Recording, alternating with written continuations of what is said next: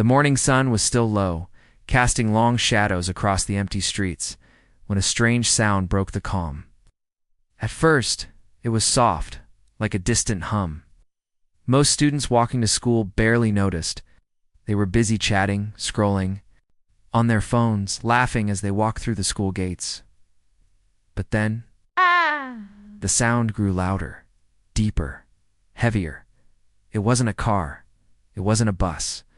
It was something none of them expected. The ground seemed to vibrate beneath their feet.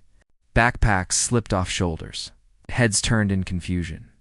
The sound grew into a sharp, powerful whoop-whoop-whoop that echoed off the buildings. A group of kids stopped in the middle of the courtyard, their faces lifting to the sky. "What is that?" one whispered. Another dropped his phone, eyes wide. It wasn't just a noise anymore. It was a force, a warning. Above the school, something enormous appeared from behind the clouds. A massive black helicopter, sleek and shining, descended from the sky. Its blades cut through the air with violent power, sending a sharp wind across the field. Teachers rushed out from the hallways, shielding their faces from the dust blowing everywhere. Students stumbled back, holding their jackets tight as their hair whipped around in the wind. Nobody moved closer, as nobody dared. On the second floor, a classroom full of students pressed their faces to the windows. Phones were already out, filming everything. In a world where nothing shocked teenagers, this did. A real helicopter landing right on the school's football field. It didn't feel real. It felt like something out of a movie inside. The staff room, the principal, stood frozen by the window. His coffee cup trembled in his hand, a thin line of coffee spilling over the rim. His lips parted, but no words came out. The color drained from his face as he whispered almost to himself, "No, not here." Nobody around him understood what he meant. But his reaction, his fear, made the other teachers step back. The helicopter circled once more, the heavy wind knocking over trash cans and rattling the windows. Then it lowered itself toward the football field, kicking up a storm of dust and loose papers. The school flag on its pole whipped so hard, it looked ready to tear in half. Students covered their faces, squinting as dirt stung their eyes. The sound was so loud now, they couldn't even hear their own voices when they screamed in surprise. Some crouched to the ground. Others stood frozen, recording with shaky hands. Nobody had ever seen anything like this at their school. And in that chaos, every mind had the same question. Who was in that helicopter? Why here? Why now? The principal clutched the window frame, his knuckles white. Beads of sweat formed on his forehead as he muttered under his breath, "It can't be him." The helicopter's wheels finally touched the field. The sound of the blades slowed but remained powerful, each rotation like a drumbeat in the air. The dust began to settle, revealing the black body of the aircraft. Its windows were tinted, the logo on its side unfamiliar to anyone but the principal. Whispers spread like wildfire through the crowd of students. Is it the police? No, that's not a police chopper. Maybe a celebrity. Why? Would a celebrity come here? Then someone noticed something. Painted near the door of the helicopter, in shining silver letters, were 3 words: Orion, Private Division. None of the students knew what it meant, but the principal. He knew, and that was why his hands wouldn't stop shaking. The aircraft's side door hissed open. Everyone went silent. Even the wind seemed to hold its breath. 2 men stepped out first. They wore black suits, black gloves, and dark sunglasses despite the morning light. Their movements were sharp, precise, as if they had trained for years. Each one carried a small earpiece, murmuring codes as they scanned the area. The students instinctively backed up. The men didn't look like bodyguards. They looked like something more, something scarier. Then behind them a third figure appeared at the door. A figure nobody expected to see, not here. Not today. The figure stepped into the sunlight, boots hitting the metal steps one by one. The students gasped. Phones lifted higher. The principal's jaw clenched so tight it looked painful. It wasn't a celebrity. It wasn't the police. It was someone they all thought was gone. Someone they had watched walk out of this school. Just 1 day ago, someone the principal had humiliated in front of everyone. The figure's coat caught the wind as he stepped onto the field, his face calm, his posture commanding. Even from a distance, students recognized him immediately. The whispers turned to stunned silence. It was Malik, the poor student. The one the principal had mocked in front of everyone yesterday. The one the whole school laughed at as he walked, away with his torn backpack. But today, Malik didn't look poor, didn't look beaten. He didn't look like the same boy at all. And as he placed his foot on the grass, the suited men standing like shadows beside him. The principal's coffee cup finally slipped from his trembling hand and shattered on the floor. The sound of the breaking cup was drowned by the slow, heavy sound of the helicopter blades, a sound that seemed to announce one thing to the entire school: Malik was back, and nothing. It was going to be the same again. Just 1 day earlier, Malik had stood in the principal's office, staring at the floor. His hands clutched the straps of his torn backpack, knuckles white from gripping so hard. His shoes had holes in them, the soles nearly peeling away. His uniform shirt was faded, the collar torn. Every inch of him screamed poor. The principal leaned back in his leather chair, smirking. Behind him, 2 teachers stood with crossed arms, shaking their heads. And just outside the open door, 6 students had gathered to watch. Some whispered, some snickered. Why? Even pulled out his phone, holding it low as he recorded the entire scene. The principal's voice boomed across the office, loud enough for everyone to hear. Malik, do you even understand how embarrassing you are to this school? You show up late. You wear rags. You're a distraction to my students who actually have a future. Malik stayed silent. His dark eyes stared at the floor, unblinking, as the words cut into him.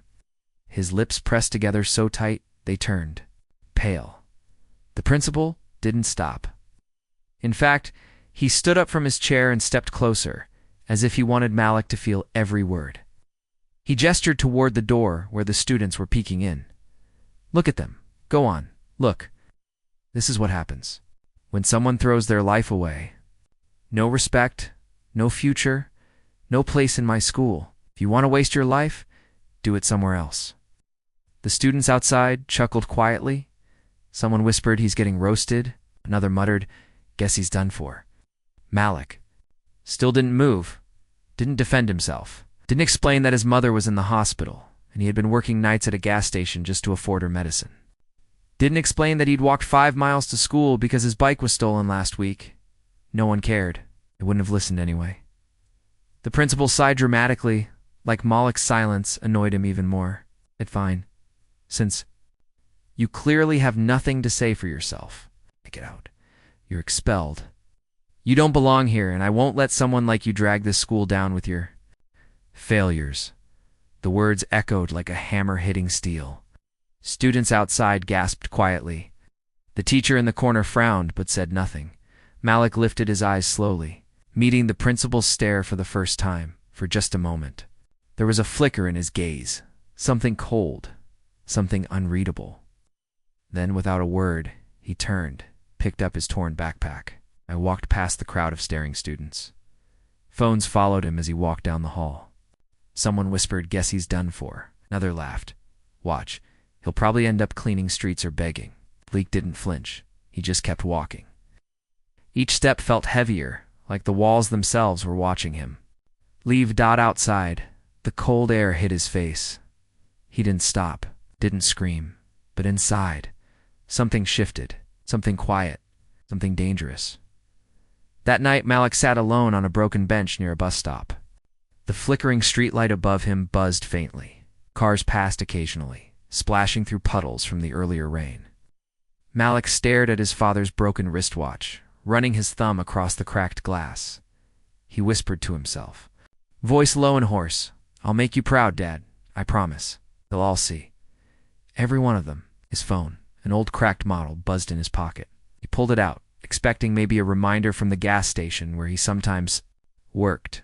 But it wasn't that. It wasn't a number he knew at all. A message appeared. No name, no photo, just words. Tomorrow, be ready. Don't ask questions, don't speak. Just wait. Malik stared at the glowing screen, his brow furrowed. He looked around the empty street as if someone was watching him, but there was no one. Just the sound of the buzzing light and a distant barking dog. He read the message again, over and over. Tomorrow. What did it mean? Who sent it?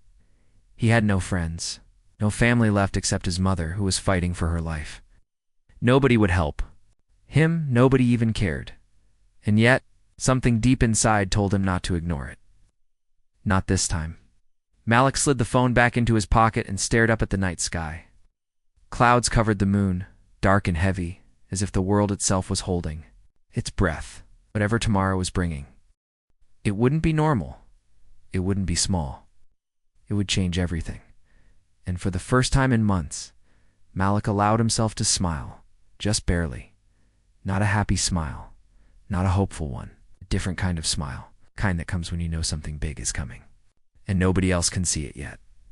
The next morning, before anyone could even process what was happening, the sky over the school erupted with the deep, heavy roar of spinning rotors, the sound that made backpacks drop, the sound that made teachers stumble outside in confusion, the sound that made the principal's coffee cup tremble in his hand, a sound announcing one thing: Malik was coming back, and this time, he wouldn't be walking through the front gate. Malik didn't sleep much that night. He sat on the edge of the old mattress in his small, dimly lit room, staring at the text on his cracked phone screen. He read it again and again, as if the words would somehow explain themselves. Tomorrow, be ready. Don't ask questions. Don't speak. Just wait. The message had no name, no number he recognized, no clue about who sent it or why. It felt unreal. And yet, deep down, something told him it wasn't a prank. It couldn't be. His heart pounded every time he thought about the principals. Words earlier that day, the laughter, the whispers, the looks of pity, or worse, disgust. He had been made into a joke, thrown away like he was nothing. Malik turned the broken watch over in his hand. The cracked glass reflected the dim light bulb above him. It had belonged to his father, who used to tell him, "The world doesn't care about you, son. But one day, they'll have no choice but to notice you."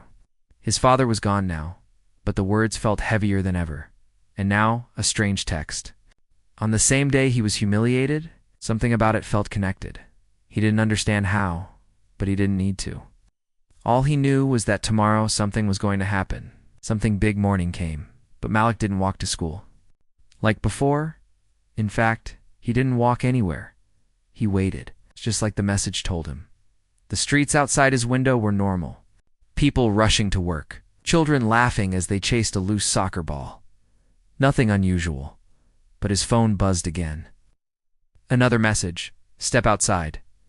Now, Malik's chest tightened.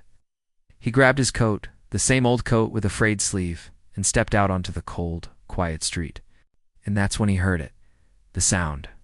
Low at first. A hum, then deeper. Heavier.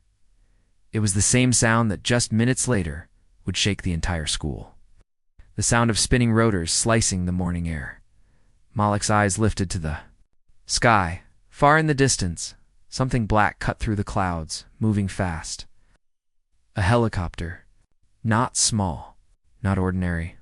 Large, sleek. The kind you only saw in movies or when someone important was coming, and it was coming for him. Meanwhile, the school chaos was breaking out.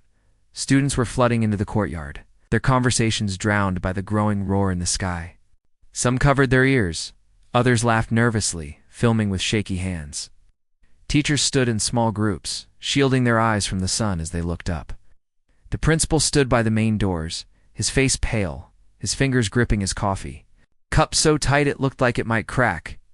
Who called this? When teachers shouted over the noise. Is it the government? Police? What's going on? No one had answers. And then, the helicopter appeared over the rooftops.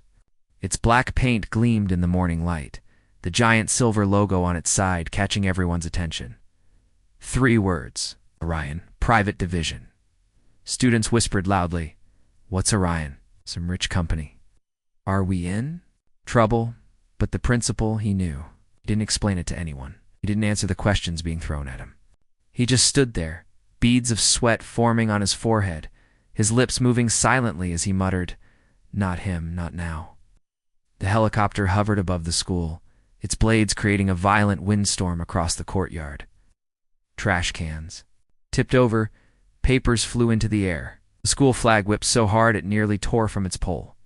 And then it began to descend, right onto the football field. The sound grew so loud students had to cover their ears.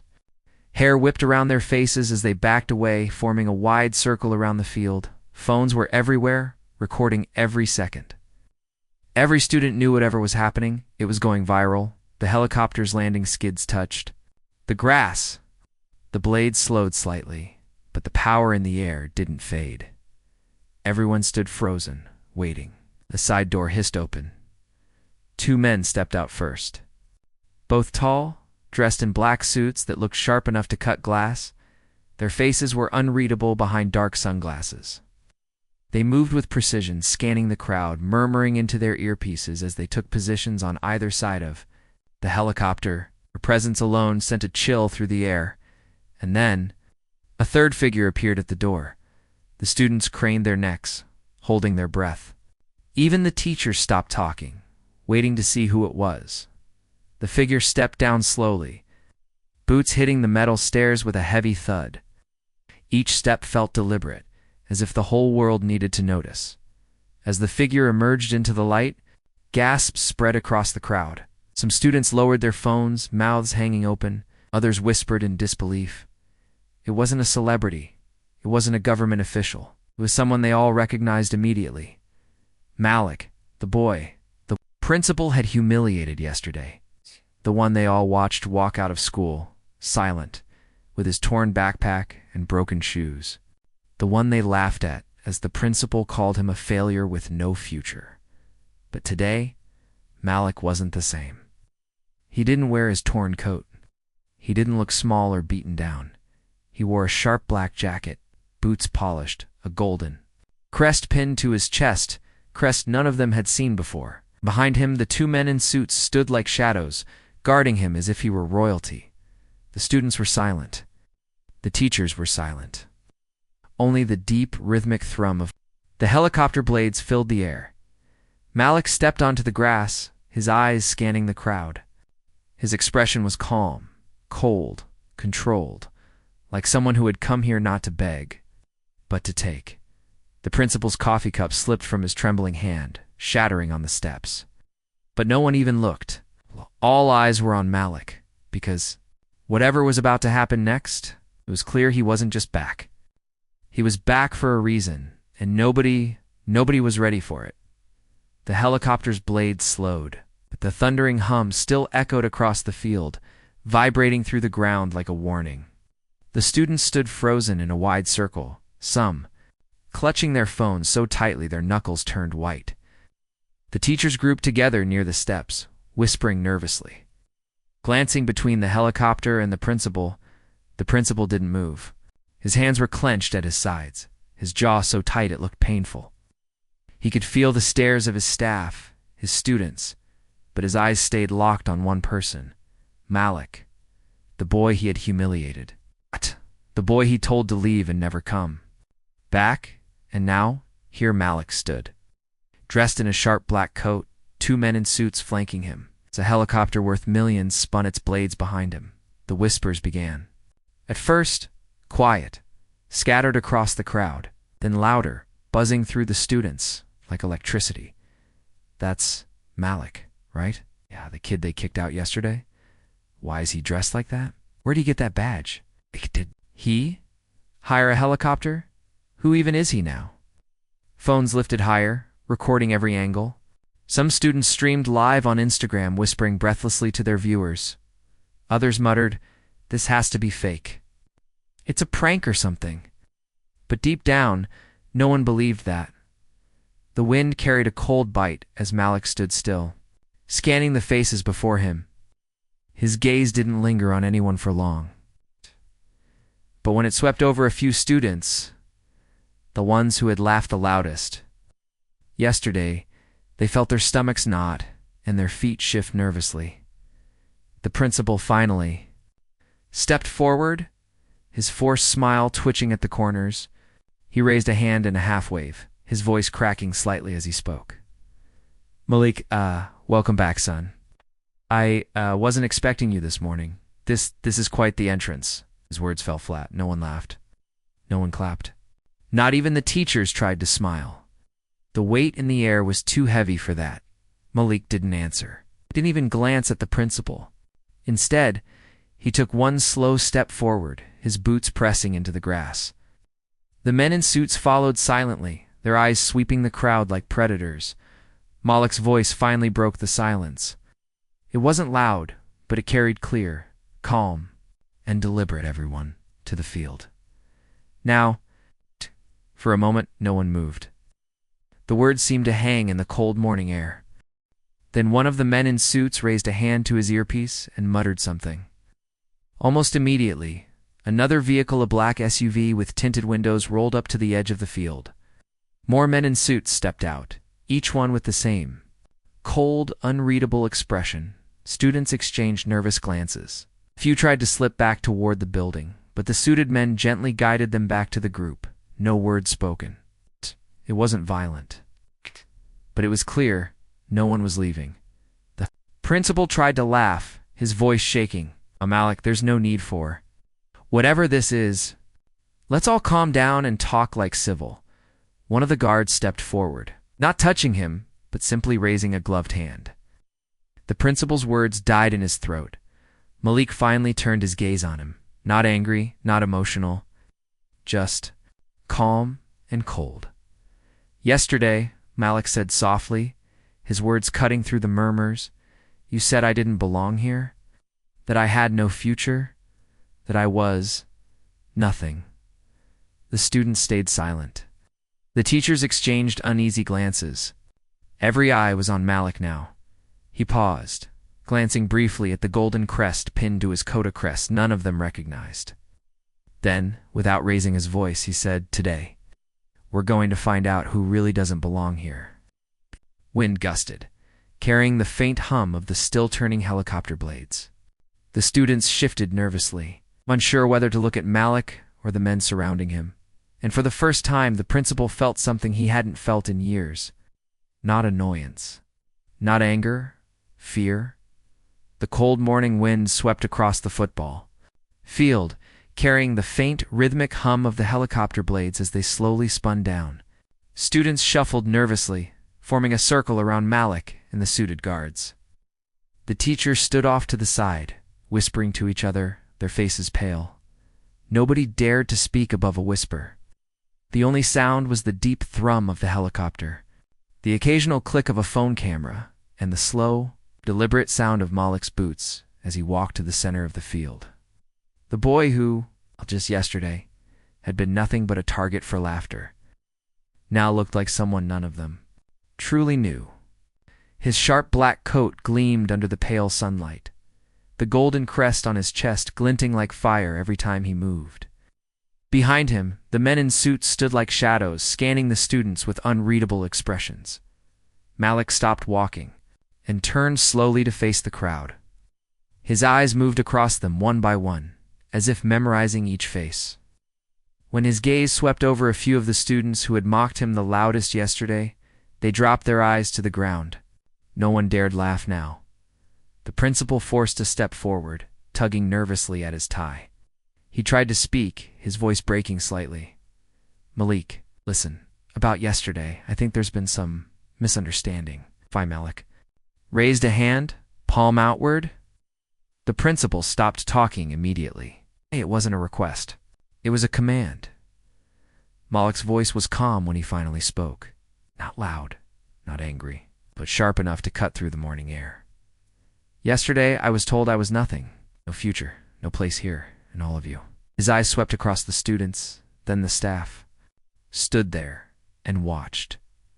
Some of you even laughed. The students shifted uncomfortably. Even the teachers avoided his gaze. Malik let the silence hang for a long moment before continuing. But today, he said, his tone firm, you're all going to listen, because things have changed. One of the men in suits stepped forward and handed Malik a small black leather case. Malik opened it slowly, revealing a sleek black card inside. The card had a golden emblem engraved in the center, the same crest pinned to Malik's coat. Below the emblem were 4 words in bold, silver letters: Orion Global Air Access. Gasps rippled through the students.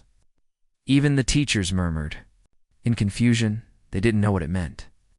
But the way the guard stood, the helicopter waiting behind him, and the way the principal's face drained of all color said it was something important. The principal stammered, taking an unsteady step back. Orion, Malik, where did you how? How do you? Malik didn't answer immediately. He closed the case and slid it into his coat pocket, then stepped closer to the principal until they were only a few feet apart.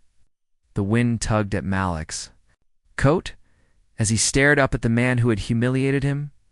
You didn't care who I was yesterday, Malik said softly. You didn't care why I was late. You didn't care why I wore old clothes. All you cared about was making me small. It's making me less than you. And now... Malik tilted his head slightly, his eyes never leaving the principal's. Now you realize you picked the wrong person to humiliate. Behind Malik, the helicopter's blades began to spin faster again, the rising wind sweeping across the field like a storm. The students clutched their jackets as dust swirled around them. Every eye was locked on Malik, and though no one knew exactly what was coming next, they all knew one thing. This wasn't just a visit. This was the beginning of something much bigger. The wind whipped harder across the field as the helicopter's blades began to hum again, slower this time, but heavy enough to rattle the school's windows. God. Trying to keep their phones steady as they filmed. No one could stop recording. No one wanted to blink and miss a second of this. Malik stood in the center of the field, his black coat catching the wind like a banner. Every detail about him felt different, his posture, his steady gaze. The way the men in suits lingered behind him, responding to his every movement without a word. It was hard to believe this was the same boy they had seen yesterday, standing silent and broken as the principal threw him out. Yesterday, his backpack was torn, his shoes falling apart. Yesterday, everyone saw him as poor, weak, a boy with no future. But now, Malik didn't look like a student at all. He looked like someone in control, someone who had arrived with power, far beyond anything this school had ever seen. One of the men in suits stepped closer and handed Malik a small, sleek tablet. Malik glanced at the screen briefly, then turned back to the students. His voice, though calm, carried easily over the hushed murmurs of the crowd. Yesterday, I was the kid you mocked. Today, things are different. And before this day is over, every single person here will understand why I came back. The students exchanged uneasy looks. Some whispered, Is he rich now? What's Orion? Is it like some company? I think he's serious. Look at those guys. This is real. The principal, his face pale and sweaty, took a hesitant step forward. Malik, whatever this is, you need to understand this is a school. Can't. Just before he could finish, 2 more black SUVs rolled up near the field, tires crunching over the gravel. 4 additional guards stepped out, all wearing the same black suits, each moving with military precision. They didn't speak, they didn't smile. They simply took positions around the field, sealing every exit. The students froze, their whispers fading into tense silence. It didn't feel like a school anymore. It felt like something else, something controlled. Malik's gaze swept over the field once more, then settled on the principal. For the first time, his expression shifted, not anger, but something colder. Determination. Yesterday, Malik said slowly, his voice sharp against the rising wind, you said I didn't belong here? But as of this morning, this place belongs to me. The words hit like a thunderclap. Gasps rippled through the students. Even the teachers murmured in disbelief. The principal's mouth opened, but no words came out. Malik turned slightly, gesturing to one of the guards, who immediately handed him another black leather case. Malik flipped it open, revealing a stack of documents stamped with a silver seal, the same crest as his coat pin. This school. Malik continued, his voice calm, was purchased by Orion Global Holdings at sunrise today. Every inch of this property, every office, every classroom, every paycheck, it all falls under my oversight now. Shock spread through the teachers like a wave. Some of them stepped closer, murmuring questions to each other. The students' whispers turned into stunned chatter, phones shaking as they streamed live for the world to see. The principal finally found his voice, though it came out as a stammer. This is illegal. You can't just... Malik turned to him, his expression still calm, but his voice firm. Illegal? You humiliated me in front of everyone. You threw me out without even asking why I was late. You didn't care if I had food to eat, if my family was alive or not. And now? You're worried about rules? The principal's face reddened, his jaw tightening as he looked around for support. But none of the teachers spoke. None of the students moved. Every eye was on Malik. And then Malik said something that made the entire crowd hold its breath. You wanted me gone yesterday? Today, you're the one who doesn't belong here. The guards turned their heads slightly, their hands resting on their belts, not weapons. But something about the movement made everyone tense. The principal stepped back instinctively, his heel digging into the soft grass. The helicopters. Blades picked up speed again, the sound building like distant thunder. Dust and loose papers swirled through the air as Malik took one slow step closer to the man who had thrown him out. And as the students watched, breathless, one thing became crystal clear. Malik wasn't just here to take back his place. He was here to change everything. The helicopter's blades roared louder, slicing through the cold morning air. As the tension on the field thickened like fog, students huddled closer together, their phones trembling in their hands as they streamed every second. The teachers stood stiff near the sidelines, whispering in disbelief. The principal's face was red and pale at the same time, his lips twitching as he tried to steady his voice. You can't do this, Malik. This is a school, not your playground. Malik didn't flinch. He didn't raise his voice. He didn't even look angry. Instead, he slowly turned to the circle of students and spoke as if the principal hadn't said a word. All of you, Malik said, his tone calm, but firm, line up by the center of the field. Teachers, too. For a moment, no one moved. The command was so unexpected, so unnatural, that it froze them where they stood. Then one of the guards, tall, broad, his face hidden behind sunglasses, stepped forward. Without speaking, he simply gestured toward the center of the field.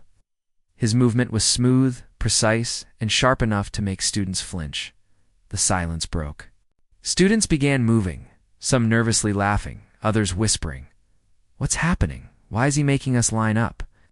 Is this even allowed? Within moments, everyone, hundreds of students, dozens of teachers, even the principals, stood in a long line across the football field.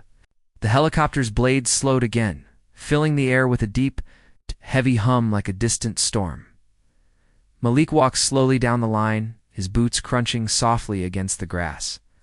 The guards followed close behind, their movements silent each, one scanning the crowd like hawks. Malik didn't speak for a long time. He just walked, his eyes sweeping across every face. Some students looked away. Others stood stiff, holding their breath as he passed.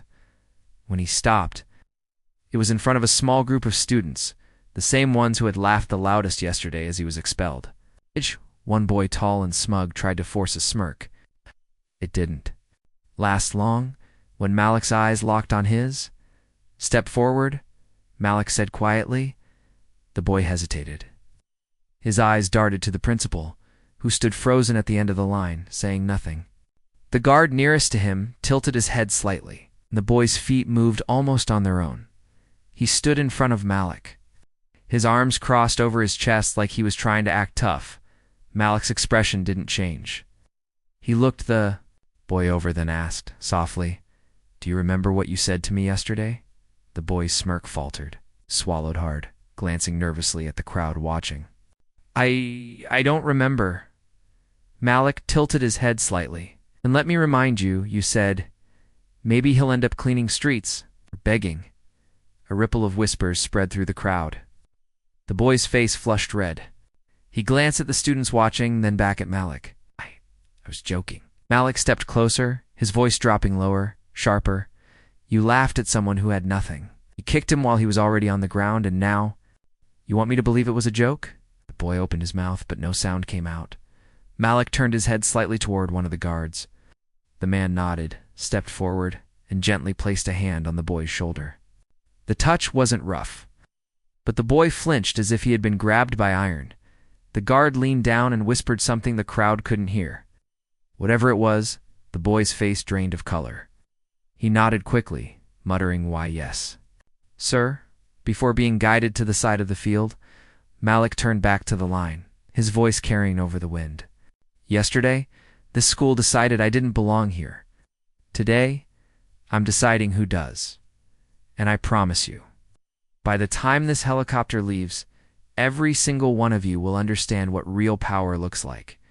The students' whispers turned to a hush. Even the principal stayed silent, his jaw tight, his hands trembling slightly at his sides.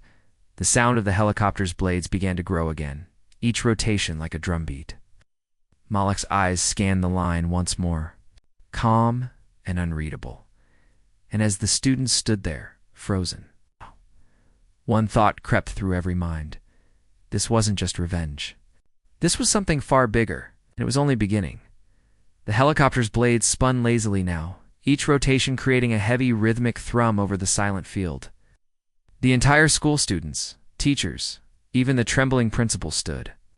In a single line, the wind tugging at their jackets as Malik faced them. No one spoke. No one moved. The guards in black suits stood at the edges of the field, watching with cold, unreadable eyes, their earpieces buzzing faintly as they murmured to unseen voices. Malik stood still, his hands folded behind his back, his black coat shifting slightly in the breeze. When he finally spoke, his voice was calm but edged with steel, cut through the morning air, and no one dared interrupt. Yesterday, I was treated like I was invisible, thrown away, humiliated, laughed at. His eyes scanned the students, his gaze sharp enough to make some flinch. You thought I was weak? Worthless, you thought. I would just disappear. He paused, letting the silence settle heavy over the field. The only sound was the distant hum of the helicopter. But I didn't disappear, Malik continued. And now, everything has changed. He gestured with a single hand, and one of the guards stepped forward, carrying a sleek black briefcase. The guard opened it with a click, revealing stacks of documents and a tablet glowing with graphs and figures Malik didn't even glance at them. He simply said, "This school, every brick, every classroom, every paycheck belongs to Orion Global Holdings as of this morning, and Orion belongs to me." Gasps spread through the line. Some students whispered frantically, "He owns the school? How? He was literally poor yesterday. Is he like some secret heir or something?" The principal's face drained of color. His lips trembled as he tried to steady his voice. This is absurd, Malik. Even if your company purchased the property, that doesn't mean you can just… Malik's eyes flicked to him. He didn't raise his voice. He didn't even take a step forward. But the principal stopped talking instantly, as if the weight in Malik's gaze alone pressed the words back down his throat. "Principal Harris," Malik said softly, "you told me yesterday that I had no place here, that I was wasting everyone's time, so now I'm giving you the same courtesy." He glanced at one of the guards. The man nodded and tapped his earpiece. Within seconds, another SUV rolled up to the edge of the field, its black windows reflecting the morning sun. Malik's voice didn't rise, but the words carried. "Principal Harris, you're done here. Effective immediately." Gasps rippled. Across the field, some students' mouths dropped open. Few teachers whispered to each other in shock, but none dared step forward. The principal's face turned red, his voice shaking with anger. You can't do this." One of the guards stepped forward, not aggressively, just enough to stand at Malik's side. The principal froze mid-sentence, his jaw locking shut. Malik tilted his head slightly. "Yesterday, You didn't care about what was fair or right. You humiliated me because you could. Now, I can. Ow. And unlike you, I won't need to raise my voice." The principal's hands trembled at his sides. He looked around, expecting anyone to defend him, but no one moved. Not a teacher, not a student. All eyes were fixed on Malik. Malik nodded once to the guards. Two of them stepped forward, guiding Principal Harris toward the waiting SUV. He tried to protest, his voice cracking, but the sound was drowned by the growing whir of the helicopter's blades. As Harris was escorted away, Malik turned back to the line of students and teachers. His expression remained calm, his voice steady. "Today is not about revenge," Malik said. "It's about change. From now on, this school will be something it's never been before. And those who mocked, who laughed, who stood by and did nothing." His gaze swept the line again. "Will finally learn what it feels like to be seen." The wind carried his words like a warning, rattling through the field. The guards stood like statues, the helicopter looming behind Malik like a dark sentinel. For the first time since the morning began, a murmur of unease spread through the students. No one knew what Malik meant by change, but everyone understood one thing. This was no longer the school they knew. And Malik was no longer the boy they thought they could ignore. The SUV carrying Principal Harris rolled away from the edge of the football field, its black windows reflecting the pale morning sun. Students stared in stunned silence as the man, who had ruled their school with arrogance, vanished down the road, escorted like a criminal instead of an authority figure. Malik didn't watch the car leave. He kept his eyes on the line of students and teachers, his black coat rippling slightly in the cold wind. Behind him, the helicopter's blades hummed, low and steady, like the growl of a waiting predator. When he finally spoke, his voice was calm, deliberate, and every person on the field heard him clearly. This school has always chosen who matters. Who gets respect, who gets ignored, who gets crushed when they're already struggling. His gaze swept across the line, pausing briefly on the faces of those who had laughed at him yesterday. Some of them lowered their eyes. Others stood stiff, forcing their expressions blank, as if that could make them invisible. "Starting today," Malik continued, "those rules are gone. There will be new ones. And everyone's students, teachers, staff will follow them." He turned slightly, nodding to one of the guards. The man handed him a sleek black folder. Malik opened it, revealing a single sheet of paper printed in bold, silver letters. "The first rule," Malik said, his tone steady, "is respect. Anyone caught humiliating, mocking, or attacking another student for what they wear, how much they have, or where they come from, answer to me directly." The students shifted nervously. Some whispered, others kept their eyes locked on Malik. One of the boys who had teased Malik yesterday muttered under his breath, "What does that even mean?" Answer to him. As if on cue, one of the guards turned his head sharply toward the boy. He froze mid-sentence, his face turning pale. The guard didn't say a word. He didn't need to. Malik went on, his voice calm but unshakable. "The second rule. Anyone caught abusing their power, teachers included, will be removed." Just like Harris. The teachers exchanged uneasy glances, some folding their arms, others swallowing hard as they realized their untouchable authority had vanished in an instant. "And the third rule," Malik said, his eyes scanning the line. "Again, those who stood by and watched as others suffered will finally have to stand with them. Silence won't protect you anymore." The words sank in like cold rain. For years, this school had been a place where the powerful mocked the weak, while everyone else kept quiet. Now, Malik was rewriting everything. One student, a tall boy from the football team, finally found the courage to speak. His voice was cautious, almost respectful. "So, what happens if someone breaks your rules?"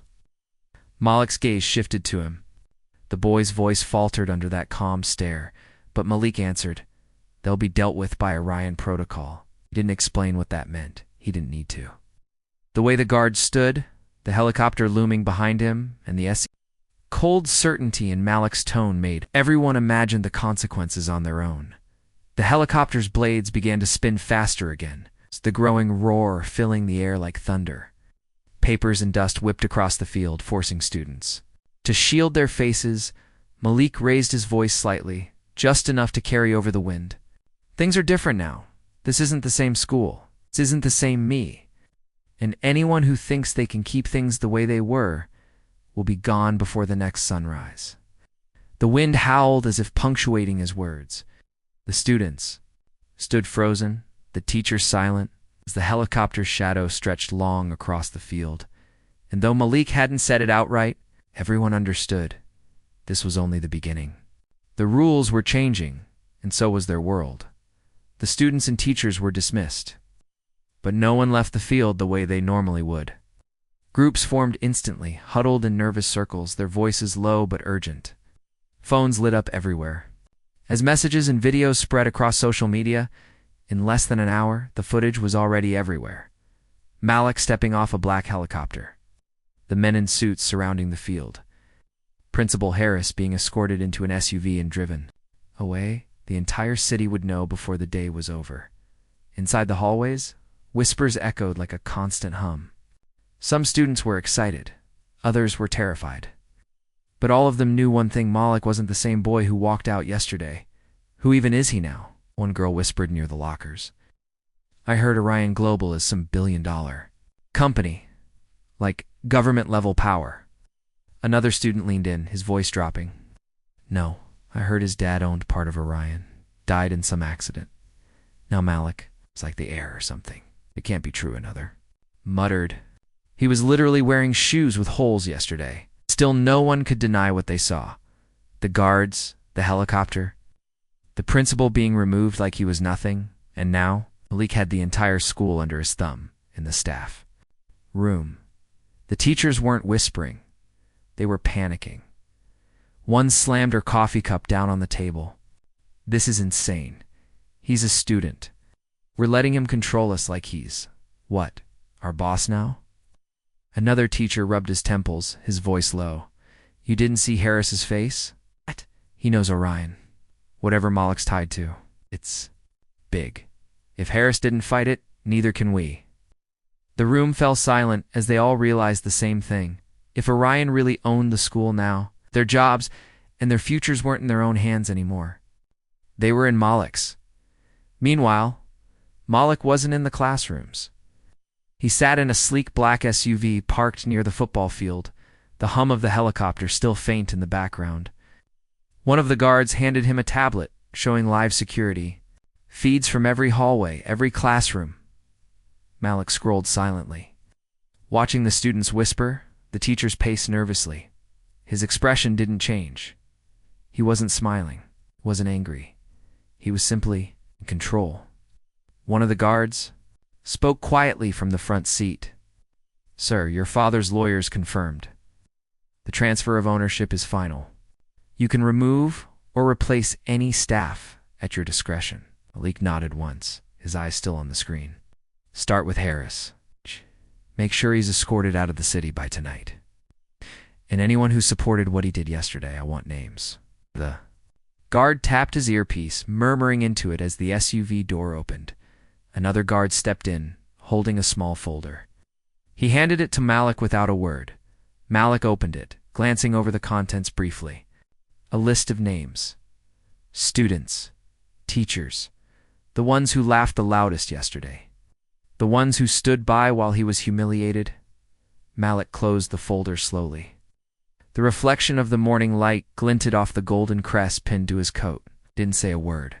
But his fingers tapped the folder twice. A quiet signal the guards understood instantly. Within moments, they began moving. Some headed toward the staff building, others toward the main hall. Calm, precise, efficient, like they'd done this before, and as Malik stepped out of the SUV, the wind carried the distant, rising roar of the helicopter's blades again. The students who saw him coming didn't laugh, didn't whisper. They only moved aside, their eyes wide, their voices hushed. Because it was becoming clear to everyone now. Malik wasn't just enforcing new rules. He was choosing who stayed, and who'd intended by the end of the day the school would never be the same again. The bell rang for the next class, but no one moved. Students lingered in the hallways, whispering nervously as the sound of boots echoed down the corridor. It wasn't the usual noise of sneakers and chatter. It was sharp, deliberate, The sound of Malik's guards. 2 men in black suits moved. Down the hallway, their steps in perfect sync. They didn't shove anyone or bark orders. They didn't need to. The way they walked, calm and unshaken, was enough to clear the path ahead of them. Behind them, Malik followed, his coat brushing lightly against his legs as he moved. He didn't hurry, didn't need to. The hallway fell silent the moment he appeared. In his hand was the same black folder, the list of names. The students closest to him exchanged worried glances, their whispers barely above a breath. Is he expelling people? No, no. Orion doesn't just expel people. What does that even mean? Malik stopped outside one classroom. Through the window, the students inside could see him, standing there like a shadow in the doorway. But a teacher, inside Mr. Connors, one of Harris's closest allies, froze mid-sentence. His chalk broke in his hand. The door opened without a sound. The 2 guards stepped in first, scanning the room with quiet precision. Then Malik entered, his presence making the air feel heavier somehow. "Mr. Connors," Malik said, his voice calm but sharp enough to cut through the room, "step outside." The teacher's face flushed, his jaw tightening. I'm in the middle of class," he said, forcing authority into his tone. "You can't just—" One of the guards turned his head slightly, his sunglasses catching the fluorescent light. Mr. Connors stopped speaking instantly. Malik didn't repeat himself. Didn't need to. After a tense pause, the teacher set down his chalk and walked out, the guards following. The students inside the class didn't move, didn't breathe too loudly outside. In the now empty hallway, Malik faced Mr. Connors. He flipped open the folder, glancing at the papers briefly. "You were the one who encouraged Harris to humiliate me yesterday, weren't you?" Connors straightened, trying to keep his voice steady. "That boy. You were late for the 3rd time this month. I told Harris the rules had to be enforced. That's all I did." Malik's eyes stayed fixed on him. He didn't blink. He didn't speak for a long moment. When he finally did, his tone was colder. "You laughed when it happened." The teacher's breath caught. He opened his mouth to deny it. But the guard next to Malik tapped his tablet, screen playing a silent clip from a security camera.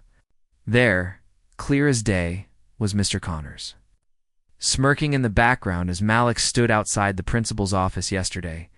Connors' face drained of color. His voice dropped to a whisper. That was nothing." A moment, "I didn't mean." Malik closed the folder. "You don't belong here anymore." He nodded once to the guards. They stepped forward, guiding Mr. Connors down the hall, toward the exit. He didn't resist. He didn't argue. His face was pale, his shoulders slumped, as if he already knew. There was no point fighting, inside the classrooms. Students pressed their faces to the windows, whispering in shock. "That's 2 now. Harris and Connors? Who's next? Is he firing everyone who sided with Harris?" Word spread quickly. By the time the guards escorted Connors to a waiting SUV, every corner of the school buzzed with fear. Not just fear of Malik, but of what Orion represented, because this wasn't a prank, this wasn't temporary. This was power real, power, and it was moving through the school like a silent storm. And as Malik walked back down the hallway, his boots echoing on the tiles, every student he passed stepped back instinctively. Their voices hushed. Not because he yelled, not because he threatened them, but because everyone knew now. Malik wasn't just rewriting the rules. He was deciding who stayed and who vanished. By midday, the entire school was holding its breath. No one joked. No one laughed in the hallways. Even the rowdy groups that usually shouted across the cafeteria were silent, their voices dropping to nervous whispers as Malik's guards moved through the building like shadows. Rumors swirled like wildfire. Some said Malik was expelling every teacher who mocked him. Others said he was replacing the staff entirely with Orion employees. And everyone knew one thing for certain: the bullies were next. The announcement came over the school intercom, but the voice wasn't the usual flat tone of the secretary. It was Malik's, calm, clear, and sharp. "Students, report to the auditorium." Now, the line clicked dead. The halls filled instantly with the sound of shuffling feet and hushed conversations. Nobody dared be late. Nobody dared skip. When the students entered the auditorium, they froze. The stage wasn't set for a school assembly. It was stripped bare, except for a single sleek black podium with the golden Orion crest engraved on the front. Behind it, 2 guards stood motionless, their faces hidden behind dark glasses. Malik was already on stage, standing still, his coat casting a sharp silhouette under the bright lights. He didn't speak until every last student had filed in and the doors clicked shut. When his voice finally broke the silence, it was calm but heavy. Yesterday, this school stood by and watched me get humiliated. Some of you laughed. Some. If you said nothing, and some of you made sure I felt smaller than anyone else. He paused, letting the tension build as his gaze swept across the sea of faces. The bullies, the same boys and girls who had sneered at him outside the principal's office, sat frozen in the front rows. Their usual smirks were gone, their bodies stiff. Malik gestured subtly to one of the guards. The man stepped forward, holding a tablet. The screen lit up, playing silent clips from the school's security cameras, from hallways, the office, even the cafeteria. The clips showed everything, students whispering and pointing at Malik's torn shoes, group laughing as he sat outside the office yesterday. And finally, the moment Principal Harris shoved a dismissal slip into his hand as others snickered in the background. The auditorium was silent except for the faint hum of the projector. The bullies shifted uncomfortably, their faces pale as their laughter from yesterday echoed faintly from the clips. Malik turned back to the crowd. His voice didn't rise, but it carried through every corner of the room. Respect isn't given. To those who take from the weak, respect is earned. And some of you have done nothing to earn it. He gestured again, and the lights in the auditorium shifted slightly, highlighting the front row where the bullies sat. The guards moved quietly to the aisles, not blocking anyone, but making sure no one left. Malik stepped closer to the edge of the stage, his eyes locked on the bullies. "Stand up," he said softly. The room held its breath. The bullies didn't move at first, but the quiet shift of the guards stepping closer was enough. One by one, they rose, their heads low, their confidence drained. Malik studied them for a moment, then spoke, his tone low and deliberate. "Yesterday, you decided I was beneath you. Today you'll learn what it feels like to answer to someone." Above you, a murmur spread through the crowd, hushed but electric. The bullies glanced at each other nervously, one of them whispering, "What's he gonna do?" Malik didn't answer, simply turned and gestured to the guards, who nodded once and guided the group toward the exit.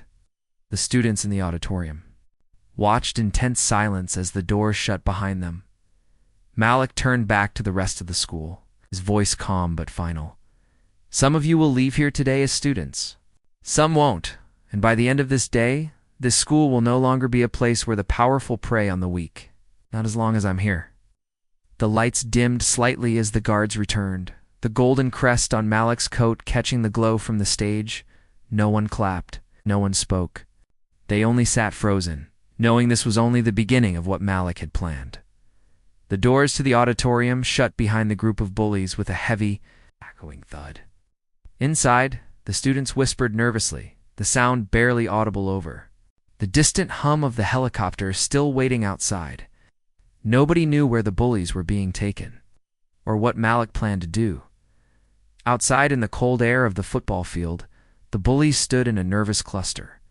The guards surrounded them in a loose circle, their dark sunglasses reflecting the gray sky. The helicopter's rotors spun lazily in the distance, its low growl rumbling across the field like a warning. The largest of the bullies, a tall boy named Brent, tried to sound confident. "This is ridiculous," he muttered under his breath. "They can't just drag us out here. This isn't even legal." One of the guards turned his head slowly toward him. Brent's voice died instantly. None of the guards spoke, but their silence carried more weight than any threat could. Then Malik appeared. The wind caught his coat as he stepped onto the field, his boots crunching softly against the grass. He walked slowly, deliberately, the guards parting to let him through. The bullies straightened instinctively, though their faces betrayed their unease. Malik stopped a few feet away from them. For a long moment, he didn't speak. He simply studied them, his eyes steady, unreadable. The only sound was the faint thrum of the helicopter behind him. When he finally spoke, his voice was calm and measured. Yesterday, you made a choice. You didn't just laugh at me. You made sure I knew I didn't belong. You wanted me to feel small, worthless, like nothing. Brent shifted uncomfortably, forcing a scoff. You were late, Malik? Harris was just doing his job? We didn't... Malik's gaze snapped to him. The rest of the sentence died in Brent's throat. He looked away, his jaw tightening. Malik took a slow step closer. He thought I had nothing that I couldn't fight back. But now, glanced briefly at the helicopter, then back to the group. I decide who belongs here and who doesn't. He raised a hand slightly, signaling one of the guards. The man stepped forward, handing Malik a black tablet. On the screen were still images, screenshots from yesterday, each one showing the bullies laughing, pointing, or whispering as Malik stood outside Harris's office. Malik turned the screen so they could all see. None of them spoke. None of them moved. Then Malik said something that made every one of them stiffen. You're not students here anymore. Not until you learn something you've never had to learn. Respect. Brent's head snapped up, his face pale. Wait. Does that mean you can't just expel us? Malik didn't raise his voice. He didn't even look angry, simply handed the tablet back to the guard and said, You'll understand soon enough. Orion will make sure of it. At his signal, 2 black SUVs rolled onto the field, their engines humming low. The guards gestured for the bullies to move. They hesitated at first, but the quiet, firm presence of the men in suits was enough to push them forward. One by one, they climbed into the SUVs. The doors shut with soft, heavy thuds. The engines revved, and the vehicles rolled away. They're dark. Windows hiding the faces of the students inside, Malik watched them go without a word. When the last SUV disappeared down the road, he turned back toward the school, his expression calm but cold. Inside the auditorium, the students were waiting, whispering frantically as the minutes ticked by, and Malik finally stepped back inside. The whispers died instantly. Everyone turned, their eyes wide, as he walked to the center of the stage once more. His voice was steady, but each word felt like a weight. Those who mocked others, those who stood by and did nothing, will learn what it means to stand for something. By the time they return, they will not be the same. The students shifted uncomfortably, glancing at one another. Nobody dared ask where the bullies had been taken. Nobody dared speak at all. Malik let the silence hang for a moment, then said, And now, there's something you all need to know. Why I'm here. Why this school will never go back to the way it was. The lights dimmed slightly as Malik turned toward the massive projection screen at the back of the stage. And with a single nod, a video began to play. The auditorium lights dimmed and the room sank into silence. The massive screen at the back of the stage flickered to life, showing grainy footage at first an old news broadcast. The students leaned forward instinctively, whispers dying in their throats as the video sharpened. A reporter's voice played over images of a burning building, smoke filling the sky. The headline at the bottom read, Mysterious Factory Fire Kills CEO. Heir to Orion Global Left Behind. The camera cut to a much younger Malik, barely 12 years old, standing beside a somber attorney. His clothes were clean but simple, his expression numb, his eyes hollow.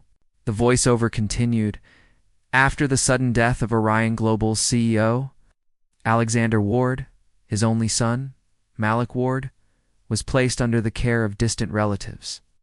Despite inheriting his father's controlling shares, Malik Ward was kept out of public view for years. Gasps rippled through the auditorium. Students stared at Malik on the stage, their whispers returning in uneasy waves. He's a billionaire's son? All this time? He owned the company? And why was he here, dressed like us? Why let Harris treat him like that? The video continued, showing images of Orion Global's towering headquarters, their logo glowing on skyscrapers. The reporter's voice grew sharper. Sources close to the family confirm Malik Ward has finally come of age, gaining full authority over Orion Global and its holdings, including the local education district. It's a screen. faded to black. The lights came back up, revealing Malik standing center stage, silent as the whispers filled the air. When he finally spoke, his voice was steady, his words deliberate. I could have stayed away, could have lived in towers and offices surrounded by people who only see numbers and money. But I came here because I wanted to understand what my father built, what he trusted to the people he left behind. His gaze swept across the students, its expression calm but firm. And what I found was a school where power decided everything, where the poor were mocked, where teachers and students alike used fear instead of respect, where people like me with nothing were left to rot. He paused, letting the tension sink into the room. Every student sat silent now, not a single whisper breaking the heavy air. My father didn't build Orion to crush people. He built it to give people chances, opportunities. Malik's voice lowered, though it carried clearly through the auditorium. So, now I'm taking back what he left me. And I'm making sure no one else here suffers like I did. Not while I'm in charge. The students shifted in their seats, their fear mixing with something else, now curiosity. For the first time since the helicopter arrived, Malik's motive was clear. This wasn't just revenge. It was personal. But as Malik turned his head slightly, his eyes narrowing, he added one last line that sent another chill through the room. However, those who choose to keep this place the way it was will not stay. The golden Orion crest on his coat glinted under the lights as the guards at the edge of the room shifted slightly, their movements deliberate and precise. And then Malik said, "The next chapter begins now. Some of you will not like how it ends." The screen behind him flickered again, revealing a list of named students and teachers alike set to face Orion's judgment before the day was over. The list of names glowed on the massive screen behind Malik, each one written in bold, white letters. Students craned their necks, searching for their own. Yes! Some sighed in relief when they didn't see it, others froze, their stomachs sinking as their names stood out like a spotlight in the dark. Malik didn't look back at the list. He stood at the edge of the stage, his hands folded calmly behind his back, while the guards began moving through the rows. Out. One by one, they called the names aloud.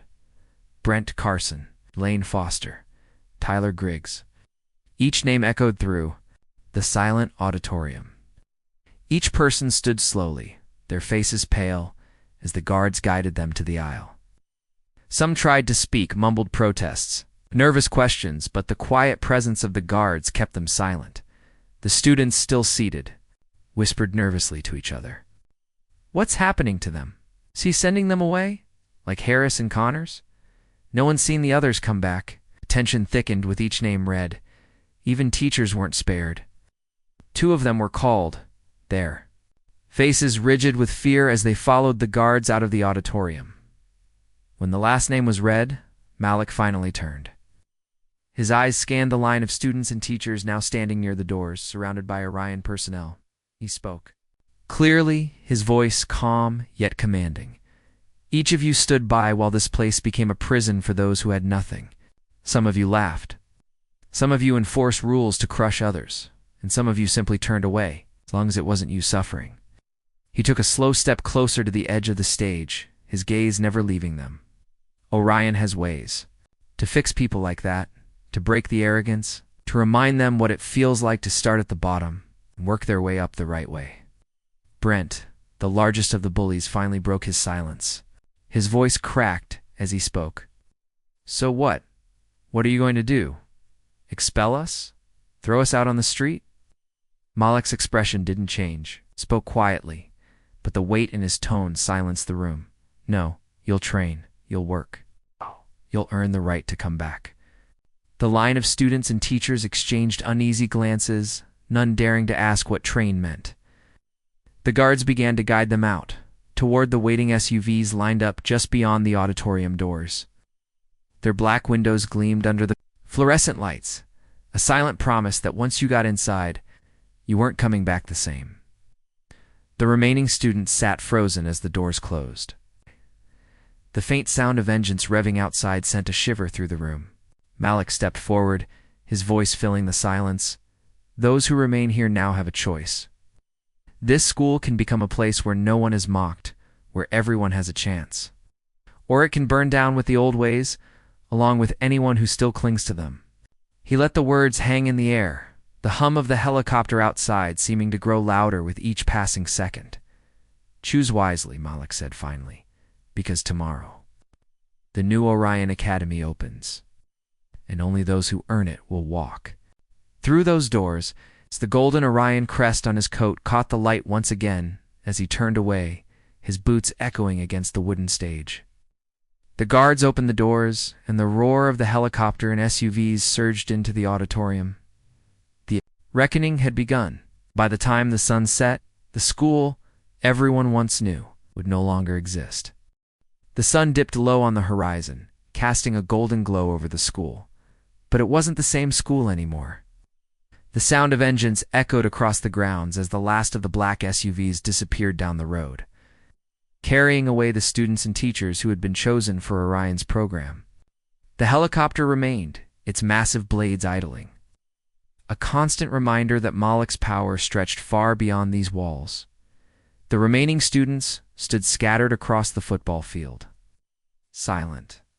Some stared at the horizon where the SUVs had gone. Others watched Malik, who stood near the helicopter, his coat rippling softly in the evening wind. The guards flanked him, still and watchful, their dark sunglasses reflecting the fading sunlight.